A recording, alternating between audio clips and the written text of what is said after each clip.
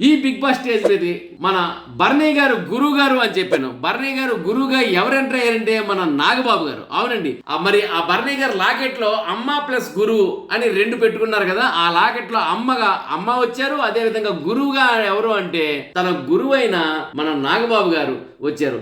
ఈ నాగబాబు గారు రావడంతో ఆయన సడన్ గా ఆశ్చర్యపోయారు ఈ స్టేజ్ మీద రావడంతో.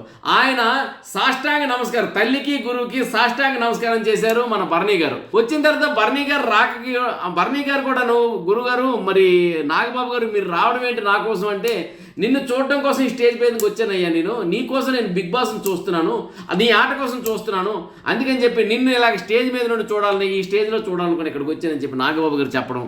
అదేవిధంగా తన తల్లి కూడాను మన బర్నీ గారికి పొగడం. ఎందుకంటే తను చాలా కోపిష్టి మనిషి, ఇంత చక్కగా శాంతియుతంగా సామరస్యంగా తయారయ్యాడంటే నాలుగు సార్ మీరే ఆయన అలా తయారు చేసిన మా అబ్బాయిని అని చెప్పి ఆ తల్లి గారు కూడా ఆనందపడ్డారు. ఆ విధంగా గురువు తల్లి స్టేజ్ మీదకి వచ్చారు.